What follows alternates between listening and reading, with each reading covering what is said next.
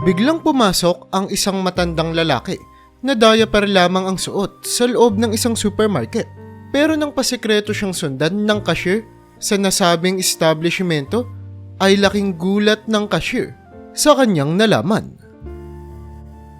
Maaga pa lamang ay nagbihis na ang binatang si Lorenzo. Bilang bahagi kasi ng kanyang part-time job, nagtatrabaho siya sa isang supermarket mula umaga hanggang hapon. Sa katunayan yan, gumugugol siya ng 8 oras sa pagtatrabaho. Kaya naman mahirap sabihin na isa lamang itong part-time job ng binata. Pagkahapon naman ay dumediretso siya sa kanyang klase.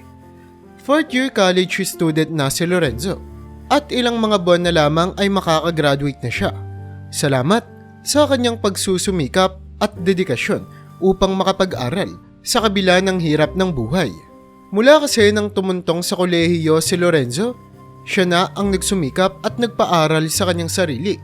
Ayaw niya naman na kasing makadagdag pa sa alalahanin ng kanyang mga magulang dahil meron pa siyang 3 mga maliliit na kapatid na pinapaaral din ng mga ito. Naging napakalungkot para sa kanyang nanay ang kanyang pag-alis para mag-aral sa kolehiyo. Lorenzo, kaya mo na ba ang buhay mo? Kapag may kailangan ka, tawagin mo lang kami. Hindi mo naman kailangang magtrabaho, magagawa naman namin ng paraan yung pag-aaral mo sa kolehiyo. Pag-aalalang wika ni Malin, nanay ni Lorenzo. Oo nga Lorenzo, tama naman yung nanay mo. Ilang taon na akong nagbabatak ng buto, sanay na ako. Bakit ba ayaw mo kaming pagbigyan na kami na yung magpaaral sa'yo? Dagdag naman ang tatay niya na si Marlon. Mama, Papa, okay nga lang po ako. Nakaraang mga linggo ka pa po itong pinagpaalam sa inyo. Maliliit pa po yung mga kapatid ko at kahit na sinasabi niyong kaya niyo, nakikita ko po na nahihirapan kayo. Lalong-lalo na at tumatanda na ako, mas nagiging bukas ang isipan ko sa kung gaano kahirap ang maging labandera, Mama. At ikaw naman, Papa, paminsan-minsan ka lang tinatawagan para sa trabaho mo. Ayoko nang kayo pa ang makonsume sa kinabukasan ko. Sapat na po yung 18 taon niyo pong pagpapaaral at pag-aalaga sa akin. Hayaan niyo naman po akong bumawi sa inyo kahit sa ganitong paraan lang. Hayaan niyong ako na pong bahala sa sarili ko. At sana dumating na rin po yung pagkakataon na makatulong ako sa inyo. Talaga namang buo na ang desisyon ni Lorenzo. Naiwan ng mga magulang niya at magsimula ng sarili niya para na rin makatulong sa mga ito. O sige basta, pag may kailangan ka anak, tawagan mo lang kami. Nandito lang kami ng papa mo. Muli pang pagpapaalala ni Malin. 4 na taon na simula noong umalis si Lorenzo sa kanilang bahay. Malapit na rin magkolehiyo ang sumunod niyang kapatid. Tamang-tama naman dahil pagka-graduate niya, balak niyang magtrabaho kaagad. Nga lamang ay hindi niya sigurado kung anong klase ang magiging permanenteng trabaho niya. Pero sa ngayon, ang mahalaga para kay Lorenzo ay nakakatulong ang pagtatrabaho niya bilang isang cashier sa supermarket upang matustusan ang kanyang mga pangangailangan. Mahirap man, ngunit kinakaya niya. Hindi na nga siya nagkakaroon pa ng pagkakataon na makipaghalubilo sa mga dalaga at binata na kaidaran niya. Wala siyang panahon para magsaya at magparty. Hindi tulad ng ginagawa ng kanyang mga kaibigan at ibang mga kaklase. Sa umagang iyon, matapos makakain at makapagbihis ni Lorenzo, sumakay na siya sa kanyang bike at nagpatuloy papunta sa supermarket. 30 minutong kinikailangan para makapasok siya sa kanyang trabaho. Okay na rin naman ito bilang exercise sa binata. Magandang umaga po. Pagbati ni Lorenzo sa kanyang manager na si Arthur, na umagang-umaga pa lang ay nakabusangot na. Hindi lamang siya tinignan ng kanyang manager at nagpatuloy ito sa kanyang ginagawa. Samantala ay dumiretso naman si Lorenzo sa likod ng supermarket upang kunin ang mga gamit na panglinis niya. Ang pinakaayaw ni Arthur ay ang dinadaya niya ang kanyang oras, lalo na para sa pagtatrabaho. Ayaw niya naman na masasayang ang binabayad sa kanya ng kanyang mga amo. Kaya naman, kapag oras ng trabaho ay nagtatrabaho siya ng mabuti at nagpapahinga lamang siya sa kanyang break time. Pagkakuha ng walis, winalis ni Lorenzo ang bawat sulok ng supermarket dahil 30 minuto na nga lamang ay magbubukas na ang establishmento. Maya-maya pa ay nilapitan siya ni Arthur. Lorenzo, di ba sinabi ko sa iyo kahapon na kunin mo yung mga lumang stock na ng gatas? Bakit hindi mo ginawa? Galit na wika nito sa binata. Napakamot ulo naman si Lorenzo. Alam niya kasi na tinapos niya naman ang kanyang trabaho. Sir, nagawa ko po yun bago po ako umalis. Sinigurado ko pong mabubukod ko po yung mga lumang stock, katulad po ng sinabi niyo sa akin. Sagot naman ni Lorenzo. Anong ibig mong sabihin, bulag ako? Kakikita ko lang kanina, nandun pa rin yung mga lumang stock. Kaysa magrason-rason ka dyan, pumunta ka na dun. Kunin mo na't isalansan. Napakawalang kwenta. Saad ni Arthur bago maglakad papalayo. Mabigat ang bawat hakbang niya dahil na rin sa laki ng kanyang tiyan. Napakataba ng pangangatawan ni Arthur na nagpapakita lamang kung papaanong hindi ito kumikilos at inaasa niya lamang sa lahat ng kanyang mga empleyado ang mga trabaho na kung minsan ay dapat siya na nga ang gumagawa. Nang makarating si Lorenzo sa nasabing istante ng mga gatas ay doon niya napagtanto na ang mga gatas na ito ay nakatoka dapat na ayusin ng isa niya pang katrabaho na si Neri. Ay naku, yung Neri talaga na yun. Ako patuloy na sisi ni boss. Pagbuntong hininga na Lorenzo at hindi niya nga maiwasan na matawa dahil nai-imagine niya ang itsura ni Neri. Alam niya kasi na makakalimutan ito at sigurado siya na kapag nagkita sila sa araw na iyon ay manghihingi ito kagad ng despensa sa kanya. Mabilis namang inayos ni Lorenzo ang mga naiwang trabaho ni Neri. Mabuti na lang talaga ako yung nasisi ni boss. Siguradong sasama na naman yung loob ni Neri kapag siya yung napagalitan. Wika ng lalaki sa kanyang sarili habang patuloy sa pagtatrabaho. Maya-maya pa, 1 minuto bago magbukas ang kanilang supermarket, ay pumasok na nga rin si Neri. Agad siyang binati ni Lorenzo. Himala, hindi ka late ngayon ah. Wika ng lalaki sa kanya. Napakamat naman ng ulo si Neri. Oo nga eh. Hays, nandiyan ba si boss? Sana hindi niya ako napansin. Papagalitan na naman ako nun, may naiwan akong trabaho dyan. Wika pa ng babae. Natatawa naman si Lorenzo habang tinitignan niya ang hinihingal niyang katrabaho habang kinakabahan ito. Okay na, ako na yung sumulo ng galit para sa'yo. Sa akin na pinagawa ni boss yung naiwan mong trabaho kahapon. Pagpapaliwanag ni Lorenzo. Talaga ba? Maraming salamat Lorenzo. Lifesaver talaga kita. Wika ng babae sabay yakap sa kanyang katrabaho. Oo na, tama na, huwag mo na akong yakapin. Pumunta ka na kagad sa pwesto mo bago ka pa makita ni boss. Pag-uutos ni Lorenzo, nagad namang sinunod ni Neri. Sumaludo pa ito sa kanya. Marami talagang salamat. Saad ng babae sabay tindig.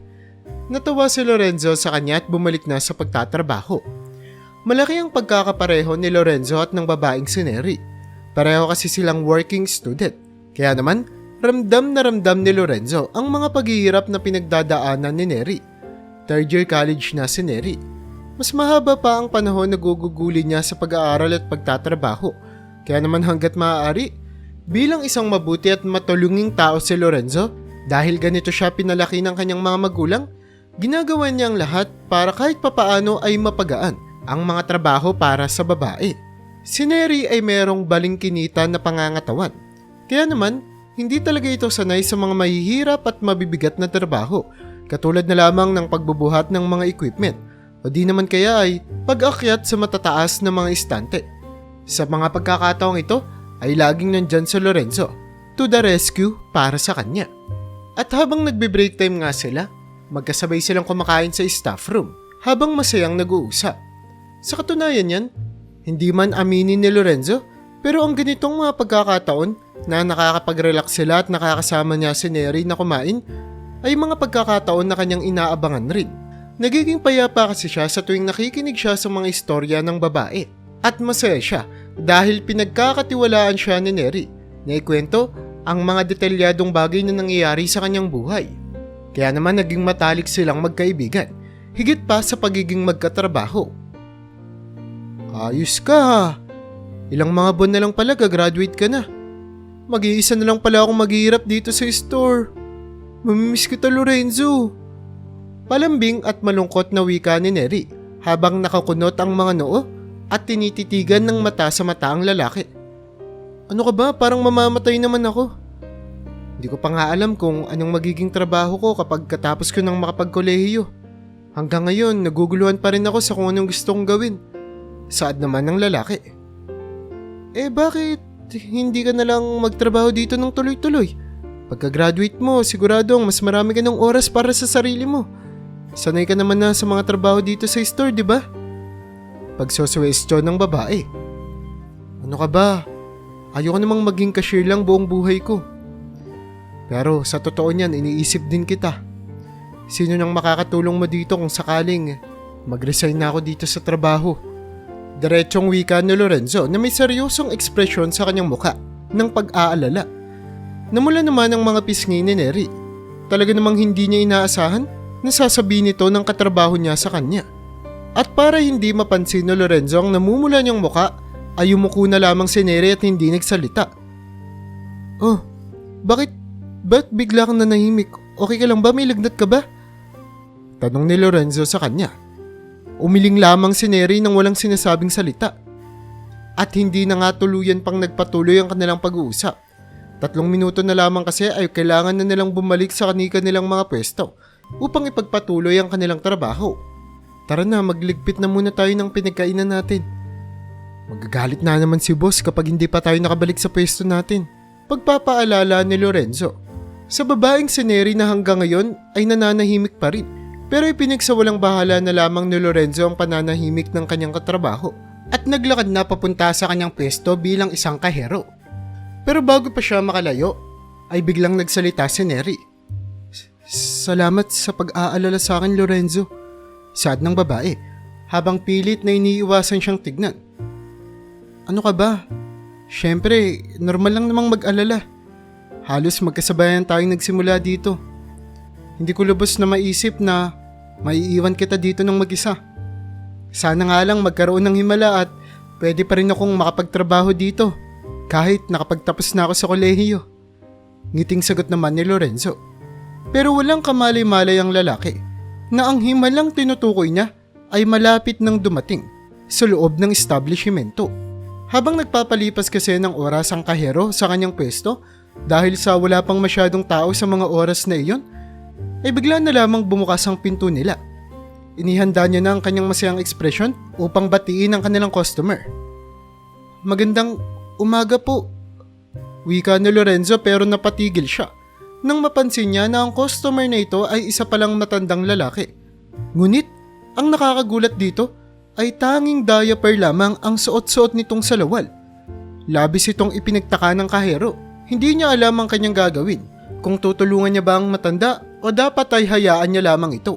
Sa unang tingin, para bang naliligaw ang matanda. Ngunit dumiretso ito sa isang istante na para bang alam niya naman kung ano ang gusto niyang bilhin. Kaya ilang mga minuto siyang inobserbahan ng kaherong si Lorenzo. Tahimik lamang si Lorenzo habang pinagmamasdan ng matanda na tila ba ay naghahanda siya sa kung ano man ang pwedeng mangyari. Ayaw niya naman kasi na mahirapan ng matanda na ito sa gusto niyang bilhin at handa siyang tumulong anumang oras. Sa katawan ng matandang ito ay kitang-kita na mahina na siya. Mabagal na rin ang kanyang kilos, maging ang kanyang kamay ay nanginginig na sa kung anumang bagay ang kanyang hawakan. Kaya naman hindi na nga makapagtimpi pa si Lorenzo. Gusto niya nang umalis sa kanyang pwesto para tulungan ng matanda. At nang papaalis na nga sana siya, ay doon naman lumabas ang manager niyang si Arthur mula sa opisina nito. Nang makita niya na naglalakad papaalis sa pwesto niya si Lorenzo, ay agad niya itong sinigawan. Hoy! Anong ginagawa mo? Ba't umalis ka sa pwesto mo? Di ba may alay tuntunin tayo dito? Kahit anong mangyari, bawal ka umalis sa pwesto mo. Nagagagawan yata tayo dito eh. Mayabang na pagbubulyaw ng matabang si Arthur sa kanyang empleyado. Sinubukan namang magpaliwanag na Lorenzo. Kasi sir, yung matanda po. Wala akong paki Lorenzo, bumalik ka sa pwesto mo. Nangingialam ka eh. Mas magaling ka pa sa akin, ikaw manager dito. Balik! Saad pa nito. Gusto mang tumulong ni Lorenzo ngunit wala siyang magagawa. Dahil sa kayabangan ng pag-uutos ng kanyang manager sa kanya, wala siyang nagawa kundi bumalik na lamang sa kanyang pwesto. Pero maya-maya pa ay napansin na nga ni Arthur ang matandang lalaki na nakasuot lamang ng diaper sa loob ng kanilang supermarket. Kaya naman si Lorenzo na naman ang pinagbuntungan niya. Bakit pinapayagan mo may makapasok na matandang nakadiaper dito? Nag-iisip ka ba? Saad nito sa kanyang empleyado. Kaya nga po sir, gusto ko sana siyang tulungan para makabili na po siya kagad. At para po matanong ko sana siya kung anong kailangan niya at masamahan ko siya pabalik. Mukha pong nanghihina na siya at kailangan niya ng tulong. Wika ni Lorenzo. Ang buong pag-uusap nila ng kanyang manager ay sekreto namang naririnig ng matandang nakadiaper. Rinig na rinig ng matanda kung paano kutsain ni Arthur ang kanyang empleyado. Kung hindi ka ba naman tatanga-tanga na pinapapasok mo yung mga ganyang klase ng tao dito, di sana hindi mo na kailangan umalis sa pwesto mo. Nasaan ba yung guard? Tawagin mo nga. Palabasin natin yung mabahong matanda na yan. Patuloy na pangungutya ni Arthur sa matandang nakadiaper. Maya-maya pa ay dahan-dahan niyang nilapitan ng matanda. Ilang mga hakbang pa nga lamang ay hinihingal niya si Arthur. Sino nga ba naman ang hindi? Sa laki ba naman ng kanyang tiyan ay tila ba matagal ng panahon na hindi nakikita ni Arthur ang kanyang mga hita. At nang tuluyan niya nang malapitan ng matandang nakadiaper lamang, ay tinakpan niya muna ang kanyang ilong bago magsalita. Hoy ikaw tanda, sino kasama mo? Paano ka nakapasok dito? Kadiri ka? Walang awang pambabastos ni Arthur sa kaawa-awang matanda. Pasensya ka na iho. Gusto ko lang bumili ng gatas ko. Wala kasi yung anak ko sa bahay at nagugutom na ako. Tinaas ng matanda ang kanyang kamay at tinuro ang nasa pinakatuktok na istante kung saan nakalagay ang gatas niya. Ayan yung gatas na kailangan ko, iho. Ayan yung pinapainom sa akin ng doktor. Pwede mo bang kunin? Para kasi sa mga buto ko yan eh. Pakikisuyo pa nito. Ngunit laking gulat niya nang tumawa ng malakas si Arthur. Pinaglololoko mo ba ako? Sa tingin mo punta ako dito para tulungan ka?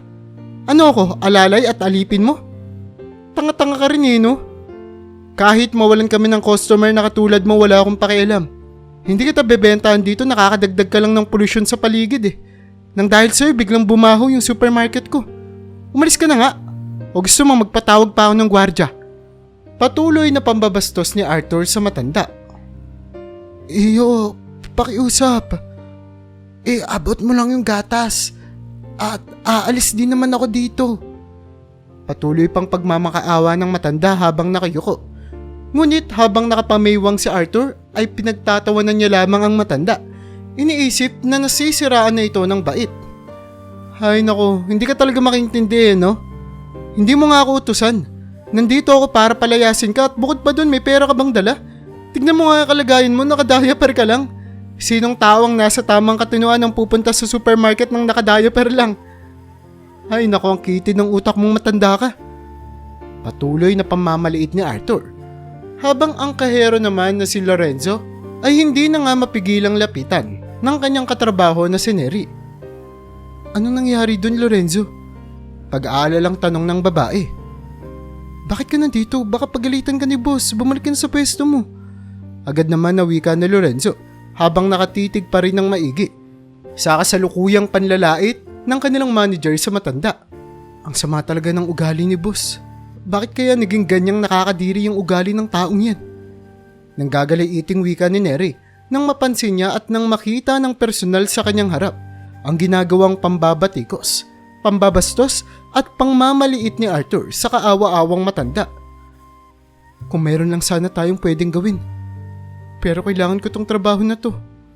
Kailangan kong tiisin yung ginagawa ng hinayupak na yan. Dagdag pa ng babae. Sa mga pagkakataon nito ay nagtitimpay na si Lorenzo at hindi nagsasalita.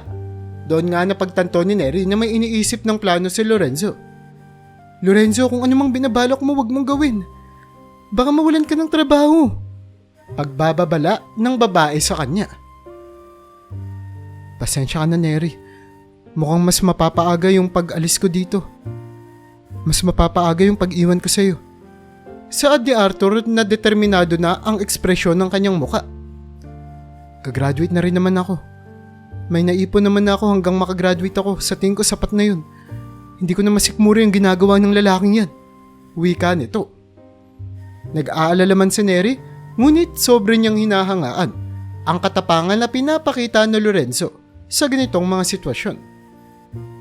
Sige Lorenzo, gawin mo yung tama. Gawin mo ang karapat dapat. Mamiss kita na makasama dito sa trabaho. Pagpapaalam ni Neri. Pagkatapos ay mabilis na naglakad si Lorenzo papunta kay Arthur at sa matandang kanyang binabastos. Dahil sa gigil na si Lorenzo, tinulak niya ang sarili niyang manager. Hindi ko na matiis yung pambabastos mo sa mga taong nakapaligid sa'yo. Lahat kaya mong apakan. Sa tingin mo lahat ng mga nasa paligid sa'yo ay mas mababa sa'yo. Wala kang kwentang tao. Nanggagalaiting sigaw ni Lorenzo pagkatulak niya sa kanyang manager na napahiga nga at hindi na balanse ang kanyang katawan dahil na rin sa kanyang katabaan. Pilit na bumangon si Arthur habang nanggagalaiti rin ang kanyang muka at nagbigay siya ng isang mahinang suntok kay Lorenzo na mabilis namang naiwasan ng kahero. Ano? Yan lang kaya mo? Magaling ka lang pala magsalita pero hindi mo mapanindigan yung mga sinasabi mo. Sagot ni Lorenzo sa kanyang suntok, sabay sipa sa tiyan ng kanyang manager. Hindi naman makapaniwala si Neri sa kanyang nakikita. Nang tumalsik na naman si Arthur, ay doon na tinulungan ni Lorenzo ang matanda na kunin ang gatas na gusto nitong bilhin. Tay, pasensya na po kayo sa manager namin. Pangit lang po talaga ang ugali niyan. Pero hindi naman po kami lahat dito ay katulad niya. Ano po bang gusto niyong bilhin? Kukunin ko na po. Magalang na wika ni Lorenzo at habang tinitignan niya ang matanda ay naaalala na ang kanyang magulang na naiwan niya sa probinsya. Hindi siya papayag na bastusin na lamang ng kung sino ang matatandang katulad nito. Halika po, dun po tayo magbayad sa cashier. Naghihintay po dun yung katrabaho ko. Nakangiting wika ni Lorenzo habang inaalalayan ang nanginginig pang katawan ng matanda. Salamat, iho. Napakalaking tulong mo. Halos mangyak-ngyak nga ang matanda habang inaalalayan siya ni Lorenzo.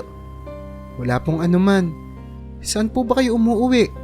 Ihatid ko na lang din po kayo kasi siguradong hindi na rin naman po ako makakabalik sa lugar na to. Pabirong wika pa niya habang tinatago niya sa kanyang mga ngiti at tawa ang malaking problema na alam niyang kanyang kakaharapin. Nang tuluyan na ngang makatayo si Arthur, ay nakita niya na tinutulungan ni Lorenzo na magbayad sa cashier ang matandang binabastos niya kanina. Lorenzo, tandaan mo, ito na ang huling araw mo dito! Halos pumutok ang ugat sa noo ni Arthur habang pilit niyang sinisigawan ng kanyang empleyado. Ngunit tiniglan lamang siya ni Lorenzo at ngumiti. Alam ko, haalis na ako dito kahit hindi mo sabihin. Hindi ko na kayang tiisin yung mabahong pag-uugali mo. Nakakasura ka. Sana hindi dumami yung mga taong katulad mo. Dagdag pa nito, habang wala namang magawa si Arthur kundi ang padabog na lumapit. Hindi pa rin siya tapos sa kanyang paghihiganti sa empleyadong sumuntok at sumipa sa kanya.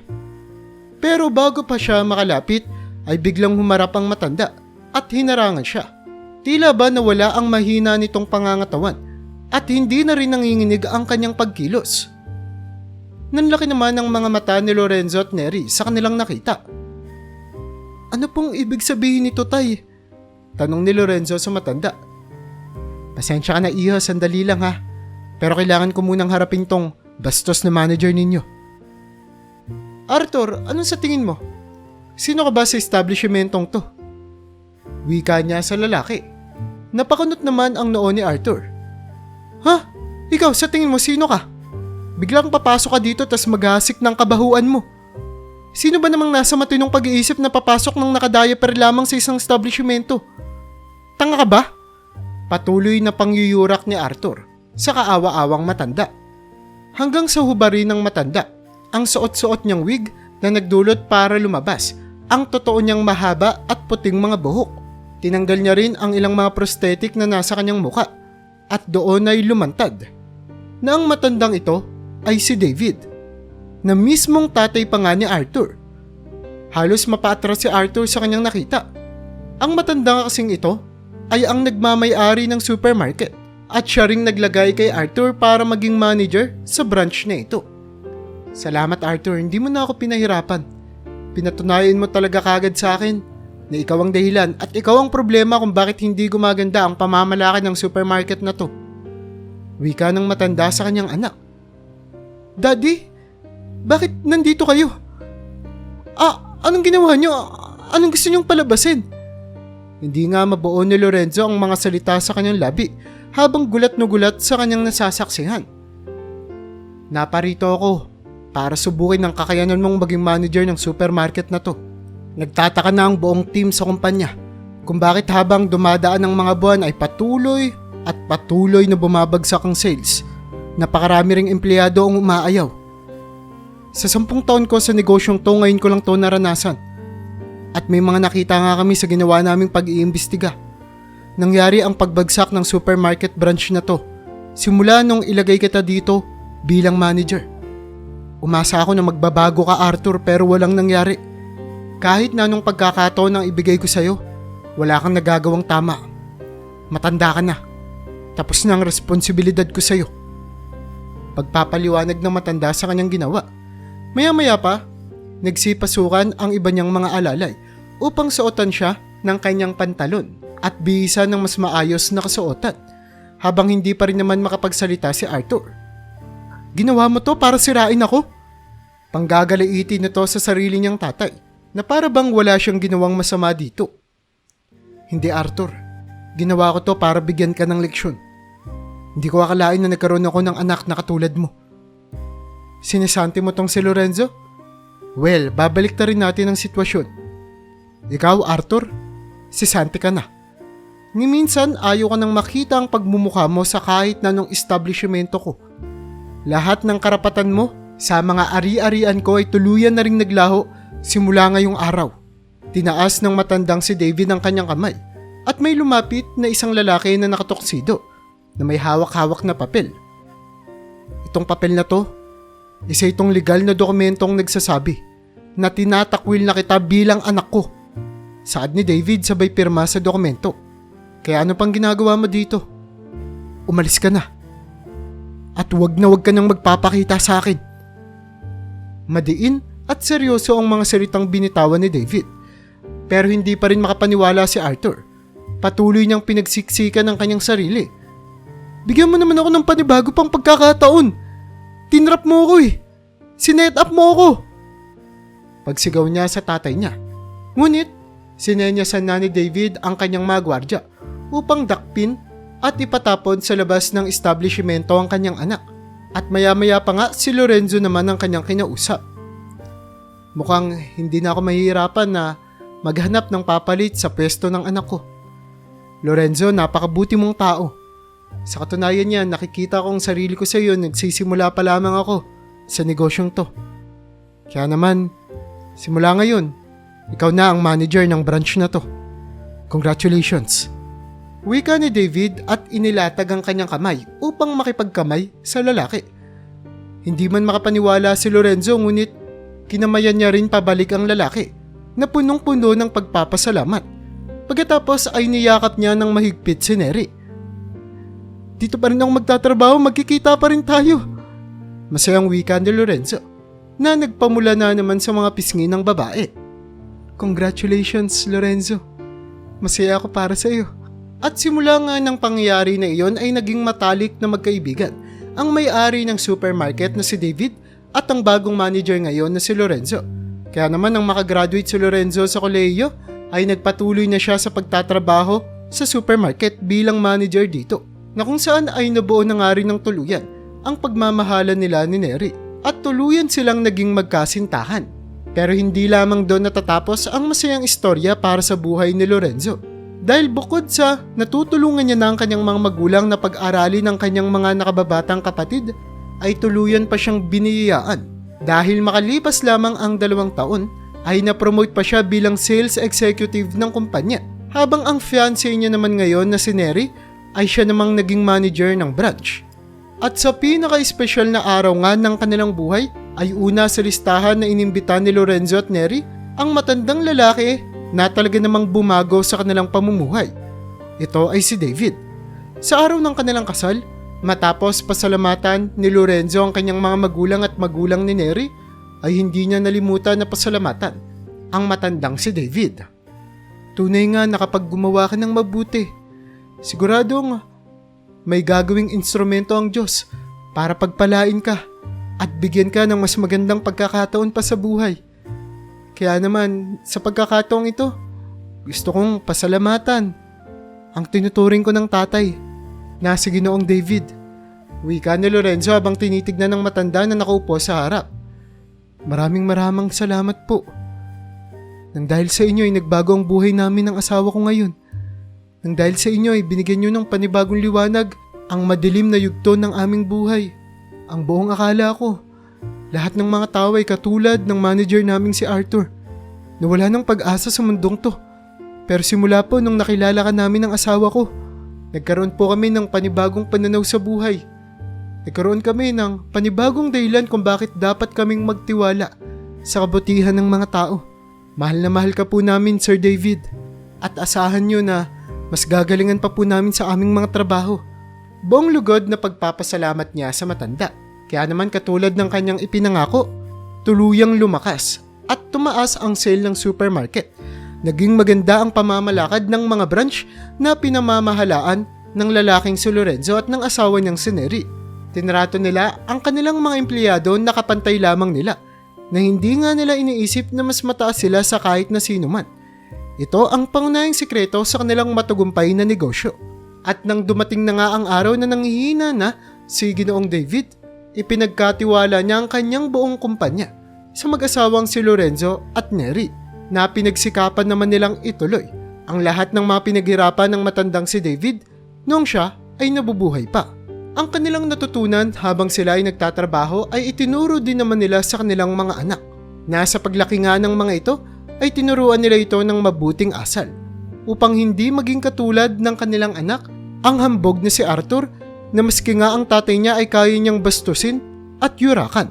Kaya naman kung nagustuhan mo ang storya natin ngayon ay huwag mo namang kalimutang mag-like. Pindutin mo na rin ang subscribe button para makagawa pa tayo ng ganito kagagandang storya sa susunod pang mga araw.